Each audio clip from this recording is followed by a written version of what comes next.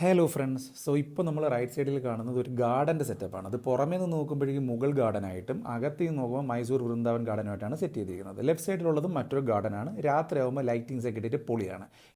ഇപ്പോൾ നിങ്ങൾ കാണുന്നത് വേറൊരു ഗാർഡനാണ്. ഇതിൻ്റെ പേര് സിയാര ഗാർഡൻ എന്നാണ്. ഒത്തിരി ഹിന്ദി ഫിലിമുകളിലേക്കുള്ള സോങ് സീക്വൻസുകൾ ഇവിടെ വെച്ചിട്ട് എടുത്തിട്ടുണ്ട്. നിങ്ങൾക്ക് ഓർമ്മിക്കാൻ എളുപ്പത്തിന് ഊലാല ഊലാല അതൊക്കെ എടുത്തിരിക്കുന്നത് ഇവിടെയാണ്. പിന്നെ ഓ മധു എന്നുള്ള ആ ഒരു പാട്ടൊക്കെ ഉണ്ടല്ലോ, അതൊക്കെ ഷൂട്ട് ചെയ്തിരിക്കുന്നത് ആ ഗാർഡനിൽ വെച്ചിട്ടാണ്. ഇപ്പോൾ റൈറ്റ് സൈഡിൽ കാണുന്നത് ഏഞ്ചൽ ഫൗണ്ടനാണ്. ഇവിടെ വെച്ചിട്ടാണ് ആക്ച്വലി നവരത്ന ടണ്ട ടണ്ട കൂൾ കൂൾ അങ്ങനെയുള്ളൊരു ആഡൊക്കെ കണ്ടിട്ടില്ലേ, അത് ഈ ഏഞ്ചൽ ഫൗണ്ടൻ്റെ അടുത്ത് വെച്ചിട്ടാണ് എടുത്തിട്ടുള്ളത്. ഇപ്പോൾ നിങ്ങൾക്ക് അതൊക്കെ ഓർമ്മ വന്നതാണോ അല്ലല്ലേ? സോ ശരിക്കും പറഞ്ഞാൽ ഗൈഡ് ഓരോന്ന് പറയുമ്പോൾ നമുക്കത് പിക്ചറൈസ് ചെയ്യാനായിട്ട് പറ്റുന്നുണ്ടായിരുന്നു. വണ്ടി പിന്നെ മുമ്പിലോട്ട് പോകുന്നുണ്ട്. ഇപ്പോൾ നിങ്ങൾക്ക് ലെഫ്റ്റ് സൈഡിൽ കാണാൻ പറ്റുന്നത് ഒരു കൈൻഡ് ഓഫ് ഒരു ഓഡിറ്റോറിയം സെറ്റപ്പാണ്. കല്യാണ ഫംഗ്ഷൻസ്, കാര്യങ്ങൾ, ബർത്ത്ഡേ പാർട്ടീസ് ഒക്കെ ഇവിടെ വെച്ചാണ് നടത്തിയിട്ടുള്ളത്.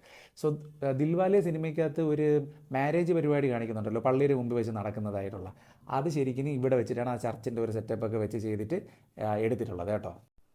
സോ ഇപ്പോൾ നിങ്ങൾ കാണാൻ പോകുന്നത് ഹവാ മഹലാണ്. ഒരു രാജസ്ഥാൻ സെറ്റപ്പിൽ ചെയ്തിരിക്കുന്നത് ഹവാ മഹലാണ്. ദൂരെ നിന്ന് കാണുമ്പോൾ തന്നെ അത് നല്ല ഭംഗിയുണ്ട് കേട്ടോ. സോ നമുക്കത് വൺ ഓഫ് ദി ഡെസ്റ്റിനേഷനാണ്. അതിനകത്തേക്കുള്ള എൻട്രിയൊക്കെ പിന്നീട് നമുക്ക് കിട്ടും. ഇപ്പോൾ പുറമേ നിന്ന് ജസ്റ്റ് കാണാൻ പറ്റുന്നുണ്ടെന്നുള്ളതേ ഉള്ളൂ. ഇവിടെ വെച്ച് ഷൂട്ട് ചെയ്തിട്ടുള്ള ചില പാട്ടുകളുടെ പേരൊക്കെ ഗൈഡ് പറയുന്നുണ്ട്. അൺഫോർച്ചുനേറ്റ്ലി എനിക്കതൊന്നും മനസ്സിലായില്ല.